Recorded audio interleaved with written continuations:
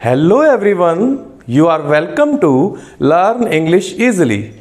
Today we will do chapter number 1 of class 12th from the book Flamingo. The chapter is The Last Lesson, written by Alphonse Daudet.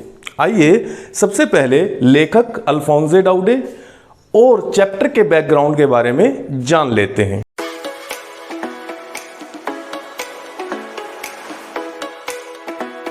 Alphonse Daudet was a French novelist and a short story writer. अल्फोंसे डाउडे जो थे वो France के रहने वाले थे, वहाँ के एक उपन्यासकार, नॉवलिस्ट और लघु कथा लेखक अर्थात शॉर्ट स्टोरी राइटर थे। उनका लाइफ स्पेन जो था वो 1840 से 1897 था, अर्थात इस काल के बीच में वो जिए। आइए कहानी का बेस क्या है, कहाँ कहानी सेटअप है वो जान लेते हैं, देख लेते हैं। आइए, the story is set in the days of Franco Prussian war.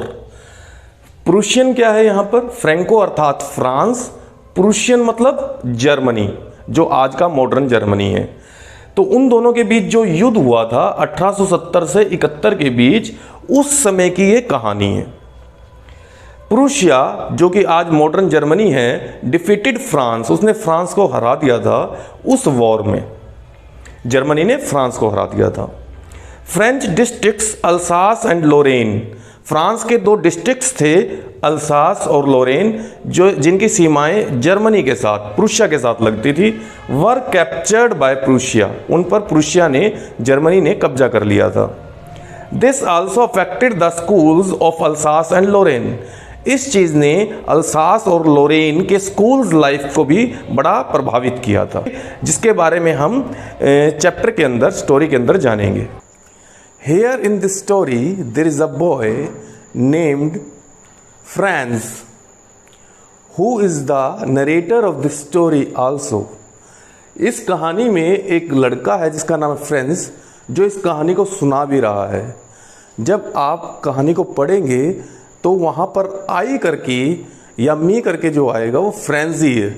Okay, वह आज स्कूल जा रहा है, लेकिन स्कूल जाने से वो डर रहा है। क्यों? क्योंकि वो स्कूल जाने में आज उसे देर हो गई है। साथ ही साथ उसके जो टीचर हैं एम हैमिल, वो आज ग्रामर का एक टॉपिक नेम्ड पार्टिसिपल्स पर क्वेश्चंस करेंगे बच्चों से, और उसे पार्टिसिपल्स का कोई पहला वर्ड भी नहीं पता। किसे? फ्रेंड्स को। इसलिए he is in a great dread of, इसलिए वो आज ग्रेट ड्रेड में है, अर्थात ड्रेड मीन्स डरा हुआ है, फियरफुल है। ओके, उसे अपने टीचर की रिब्यूक, स्कोल्डिंग अर्थात डांट का डर है कि उसके टीचर बड़े डांटेंगे उसे। तो वह बाहर जब आता है तो देखता है बड़ा सुहाना मौसम है। It's a warm and Sunny today, क्योंकि ये फ्रांस है, ठंड बहुत पड़ती है, तो वार्म और सनी डे उनके लिए बड़ा अच्छा सुहाना दिन होता है। बाहर दूर चिड़ियाएं जो हैं पेड़ों पर, वुड्स में, ट्रीज पर, जंगल में चहक रही हैं, जो उसे बड़ी सुहानी लगती हैं, बड़ी अच्छी लगती हैं। और दूर 100 मील के पीछे, 100 मील अर्थात आरा मशीन के पीछे जो प्रशिया के जो सैनिक हैं वो ड्रिलिंग कर रहे हैं, ड्रिलिंग प्रैक्टिस कर रहे हैं, अभ्यास कर रहे हैं। और वह चाहता है कि दूर भाग जाए, आज क्लास में ना जाए। क्यों? क्योंकि उसे वो जाने का डर है, वहाँ पर उसके टीचर का डर है। लेकिन वो अपनी इस टेम्पटेशन को, टेम्पटिंग जो वर्ड आए हैं ये आपके टेक्स्ट में आए हैं, अपनी इस टेम्पटेशन को, आकर्षण को वो रोकता है, रेजिस्ट करता है। रेजिस्ट अर्थात उसका विरोध करता है, वो टेम्पटेशन के पक्ष में नहीं जाता है, इसलिए वो आगे बढ़ता है। और टाउन हॉल एक गवर्नमेंट बिल्डिंग है, जहाँ से होकर वो गुजरता है उसके पास से, तो वो देखता है एक बुलेटिन बोर्ड है, वहाँ पर बहुत सारी भीड़ एकत्रित है, क्राउड लगी हुई है, जो उस बुलेटिन बोर्ड को देख रही है। उस पर कोई ना कोई संदेश छपा हुआ है। ये जो बुलेटिन बोर्ड है, पिछले 2 सालों से जो बुरी खबरें हैं सारी वहीं से मिली थी उन्हें, उस सिटी को, उस विलेज को क्या नाम है उसका? अल्सास। जैसे कि वो युद्ध में हार गए या फिर जर्मनी ने उनके सिटी पर कैप्चर कर लिया है, ये सारी बातें उन्हें जो है उस बुलेटिन बोर्ड से ही जानने को मिली थी। जब वह आगे बढ़ता है तो पीछे से वहाँ जो बुलेटिन बोर्ड पर खड़ा एक व्यक्ति है, ब्लैकस्मिथ है वो, ब्लैकस्मिथ मीन्स लोहार, और उसका अप्रेंटिस जो उससे काम सीख रहा है, वो ब्लैकस्मिथ जो उसे पीछे से आवाज़ लगाता है, बब इतनी भी क्या जल्दी है, तुम स्कूल पहुंच जाओगे, you have plenty of time, बड़ा समय है तुम्हारे पास, तो कोई जल्दी मत करो। तो उसे लगता है फ्रेंड्स को कि भाई उसका मजाक उड़ा रहा है ब्लैकस्मिथ, इसलिए वो तेज़ी से आगे बढ़ता है और मिस्टर हैमिल के गार्डन के पास, जो कि स्कूल से बाहर है, पहुंचता है। वहाँ जाकर देखता है कि एकदम there is a quiet silence there, बड़ा शांत है आज स्कूल का माहौल, जैसे कि कोई संडे मॉर्निंग हो। संडे मॉर्निंग में बिल्कुल शांति रहती है क्योंकि स्कूल में बच्चे नहीं आते तो शांत रहता है। तो अक्सर जब स्कूल वहाँ पर लगता है तो क्या होता है, तो स्ट्रीट पर, बाहर सड़क पर भी स्कूल से आवाज़ें या अ ग्रेट बसल, हलचल सुनाई देती है, शोर या कोलाहल सुनाई देता, ग्रेट बसल। कैसी आवाज़ें सुनाई देती हैं? जैसे कि डेस्क को खोलने की, बंद करने की, बच्चों की लेसन को पढ़ने की आवाज़, इन यूनिजन, एक स्वर में वो आवाज़ आती है, इन यूनिजन। और साथ ही साथ स्केल या रूलर जो टीचर्स के पास होता है वो बेंच पर पीटने की, रैपिंग उसे पीटना, मारना। तो इस तरह की आवाज़ें जो हैं वो स्कूल से बाहर स्ट्रीट पर सुनाई देती हैं। लेकिन आज सब कुछ शांत है, इट मीन्स स्कूल शायद सेटल हो चुका है और वह डरा हुआ है कि अंदर जाकर उसके टीचर उसे डांट सकते हैं। परंतु आज स्कूल में ऐसा लग रहा है जैसे कि संडे का दिन हो, क्योंकि सब जगह शांति है, स्कूल से बाहर कोई शोर भी नहीं आ रहा है। और लिटिल फ्रेंड्स जो है वो काउंटेड ऑन मीन्स निर्भर करता है, रिलाई ऑन, कि स्कूल में कमोशन हो, हलचल हो, अफरा तफरी हो और वह अपनी क्लासरूम में अपनी सीट पर बिना नोटिस हुए पहुंच जाए। लेकिन आज शांति है तो वह डरते हुए चुपचाप कमरे का दरवाज़ा खोलता है और बड़ी शर्मिंदगी से, बड़े डरते हुए वह अंदर जाता है। तो उनके टीचर, जैसा कि वो एक्सपेक्ट करता है वैसे उसे नहीं दिखते। वो बड़े प्यार से कहते हैं, लिटिल फ्रेंड्स अपनी सीट पर जल्दी से बैठ जाओ, आज हम तुम्हारे बिना ही स्टार्ट करने वाले थे, अगर तुम ना होते तो वह ये सुनकर और देखकर बड़ा हैरान होता है कि आज बिल्कुल शांत है। लेकिन उसकी हैरानी तब और ज़्यादा अधिक बढ़ जाती है जब वह देखता है कि उनके जो बेंचेस हैं, उनके क्लासरूम के जो लास्ट वाले बेंचेस हैं, उन पर आज उनके गांव वाले विलेज मैन बैठे हैं। जैसे कि ओल्ड हाउसर एक विलेज मैन है, वो बैठा है, पूरा मेयर जो है वो बैठे हैं, पूरा पोस्ट मास्टर जो है वो बैठा है, और भी कुछ विलेज मैन बैठे हुए हैं। तो वह सोच रहा है कि क्या बात, आज क्या मामला है। साथ ही साथ वो देखता है कि उसके टीचर ने भी कुछ नए कपड़े पहन रखे हैं। उनका कोट जो है ग्रीन कलर का नया सा कोट है। उनकी शर्ट जो है वो फ्रिल्ड शर्ट उन्होंने पहनी हुई है, झालरदार, और उन्होंने हैट लगा रखी है जो कि रेशमी है और उस पर एम्ब्रॉयडरी, कशीदकारी हो रखी है। और सब जगह मामला जो है शांत है और सोलम है। सोलम मीन्स सीरियस, गंभीर है। और जो ओल्ड हाउसर है, जो विलेज मैन है, उसने एक बुक ले रखी है, अपने पैरों पर रखी हुई है, अपने नीज पर। प्राइमर क्या है? एक बेसिक लैंग्वेज बुक होती है सीखने की, तो वो उसने रखी हुई है, जिसके पेजेस जो हैं थम्ब्ड हैं, अर्थात मुड़े हुए किनारे हैं उस पेजेस के। तो वह सब कुछ देखकर हैरान है, सोच रहा है, विचारों में डूब गया है। कौन? लिटिल फ्रेंड्स, कि ये हो क्या रहा है आज। तभी उनके टीचर जो हैं मिस्टर एम हैमिल, वो चेयर पर बैठ जाते हैं और कहते हैं कि मेरा लास्ट लेसन है, क्यों? कल से मैं आपको फ्रेंच नहीं पढ़ा पाऊंगा। क्यों? Berlin is the capital of Germany, वहाँ से ऑर्डर आए हैं कि जर्मन भाषा इन स्कूल्स में, अल्सास और लोरेन के स्कूल्स में पढ़ाई जाएगी, in place of French language, French language के स्थान पर। तो ये मेरा लास्ट लेसन है, तभी चैप्टर का नाम भी द लास्ट लेसन दिया गया है। और कहता है कि आप लोग जो है, उनके टीचर कहते हैं, आप लोग जो है बड़ी अटेंटिवली, बड़ी केयरफुली, सचेत होकर बड़े सावधानी से मेरे इस लेसन को सुनेंगे। जब उसके टीचर ऐसे कहते हैं तो लिटिल फ्रेंच पर ऐसे लगता है कि थंडर क्लैप हो गई है, अर्थात कोई बिजली गिर गई है। वो सोच नहीं सकता था कि उनके टीचर इतनी जल्दी चले जाएंगे, उनको लेसन करवाए बिना चले जाएंगे। क्यों? क्योंकि उसे अभी तक अच्छी तरीके से लिखना भी नहीं आता है फ्रेंच भाषा को, और उसे बड़ा अफसोस होता है कि उसने अपने लेसन्स जो हैं बड़े मन से नहीं सीखे हैं, और वह अक्सर जो है घूमने निकल जाया करता था क्लास बंक करके, और सीकिंग ढूंढने निकल जाया करता था पक्षियों के अंडों को, या फिर सार जो रिवर है उनके गांव से होकर बहती है उसमें तैरने के लिए चला जाया करता था।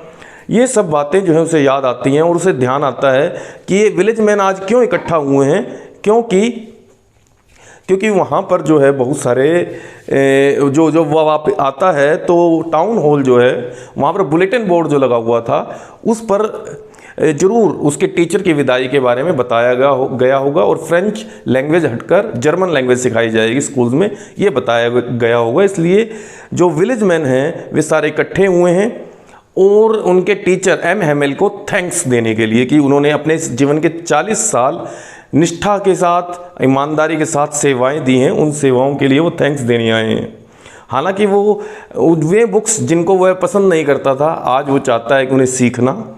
हालांकि वो अपने टीचर जिनको पसंद नहीं करता था, वो उन्हें अक्सर मानता था कि वो क्रैंकी हैं, अर्थात फीक हैं, सनकी हैं, तो वह चाहता है कि उसके टीचर आज ना जाएं। जब लिटिल फ्रेंच ये सोच ही रहा होता है तो उसका नाम उसके टीचर एम हेमेल के द्वारा पुकारा जाता है, और उसे खड़ा होना होता है ताकि वो अपना लेसन, जो क्वेश्चन उससे पूछा गया है, उसका जवाब दे सके। उससे पार्टिसिपल, जैसा कि पहले बताया गया है, के का क्वेश्चन किया जाता है, और वह चाहता है कि आंसर तो अच्छा सा करे, लेकिन वो आंसर नहीं कर पाता और उसे खड़ा होना पड़ता है, और वह अपनी नज़रें नीचे करके खड़ा हो जाता है, because he could not answer. तब उसके टीचर एम हेमेल उससे कहते हैं कि मैं आज तुम्हें फ्रेंच डांटूंगा नहीं। क्यों? क्योंकि यहाँ पर तुमने हमेशा जो है अपनी पढ़ाई को अगले दिन के लिए टाला है कि हम कल कर लेंगे, आने वाले समय में कर लेंगे। ये प्रॉब्लम केवल तुम्हारी नहीं, ये पूरे अल्सास की प्रॉब्लम है। अल्सास हमेशा लर्निंग को अगले दिन के लिए टाल देता है। ये जो है एक रिप्रोच है। देखो आज उसका रिजल्ट भी क्या निकला है, उसका कम आउट क्या निकला है, उसका परिणाम क्या निकला है कि तुम आज अपनी भाषा को ना सीख पाए हो, ना बोल पाते हो, ना लिख पाते हो, जिसकी वजह से जो प्रुशियंस हैं जिन्होंने हम पर कब्जा कर लिया है, वो क्या कहेंगे? वो ये कहेंगे कि तुम फ्रेंच भाषा ना तो प्रिटेंड बहुत करते हो, प्रिटेंड अर्थात दिखावा बहुत करते हैं ये फ्रेंचमैन, और ना ही अपनी भाषा बोल सकते हैं और ना ही लिख सकते हैं। और इसमें केवल तुम्हारा नहीं, तुम्हारे परिवार का, तुम्हारे पेरेंट्स का भी कसूर है। क्यों? वे कभी भी एग्जिस होता है चिंतित, कभी भी चिंतित नहीं दिखे तुम्हारी पढ़ाई के बारे में। वे कोशिश करते थे कि तुम्हें किसी काम पर भेज दें, किसी खेत में, किसी मील पर, ताकि तुम कुछ पैसे उनके लिए कमा कर ला सको। साथ ही साथ इसमें कसूर मेरा भी है। मैं भी तुम्हें कभी मेरे गार्डन में फूलों को पानी देने के लिए भेज देता था, या फिर कभी जब मेरा मन होता था कि मैं मछली पकड़ने जाऊं तो मैं तुम्हें छुट्टी दे दिया करता था। तो इसमें हम सभी का कसूर है। हालांकि हमारी जो ये भाषा है फ्रेंच, ये बड़ी दुनिया की सबसे सुंदर भाषा है, बड़ी तर्कसंगत भाषा है, लॉजिकल, और हमें इसे सीखना जरूर चाहिए। हमें इसे नहीं भूलना चाहिए, क्योंकि जब हम किसी के गुलाम हो जाते हैं, एंस्लेव्ड गुलाम हो जाते हैं, तो हमें अपनी भाषा को याद रखना चाहिए, क्योंकि वो उस जेल में, उस प्रिजन में हमारी चाबी की तरह काम आती है। हमारी भाषा ही हमें जिंदा रखती है। इसके बाद उसके टीचर जो हैं, जो है एक ग्रामर का लेसन उन बच्चों के लिए, सबके लिए पढ़ते हैं। ग्रामर के लेसन में आज जो वो पढ़ रहे हैं तो सभी को बड़ा अच्छे से समझ आ रहा है। जो फ्रेंड्स है उसे लगता है कि भाई आज से अच्छा उसे कभी समझ ही नहीं आया है। उनके जो टीचर हैं वे भी आज बड़ा अच्छा सुंदर पढ़ा रहे हैं और वह भी बड़ा आराम से समझ पा रहा है। ग्रामर के लेसन के बाद उनके टीचर एम हैमिल जो हैं वे उन्हें एक राइटिंग लेसन करवाते हैं। राइटिंग लेसन में सभी को लिखने के लिए दिया जाता है और उनके लिए आज उनके टीचर कुछ नई नोटबुक्स लेकर आए हैं। वे नई नोटबुक्स, उन पर लिखा हुआ है फ्रांस, अल्सास अगेन, बड़ी सुंदर राइटिंग में। ऐसा लग रहा है वो नोटबुक्स ना हो जैसे कि उनके नेशनल फ्लैग्स हों। फ्रेंड्स ऐसा बोल रहा है। और उनके टीचर जो हैं वो उन्हें लिखने के लिए देते हैं तो सभी बिल्कुल मोशनलेस, बिल्कुल क्वाइट है सब, बिल्कुल शांत है सब कुछ, और सभी लिख रहे हैं। केवल एक ही आवाज़ आ रही है पेन की पेपर पर चलने की, और उनके टीचर जो हैं उन्हें मोशनलेस होकर, स्थिर होकर उन्हें सबको देख रहे हैं।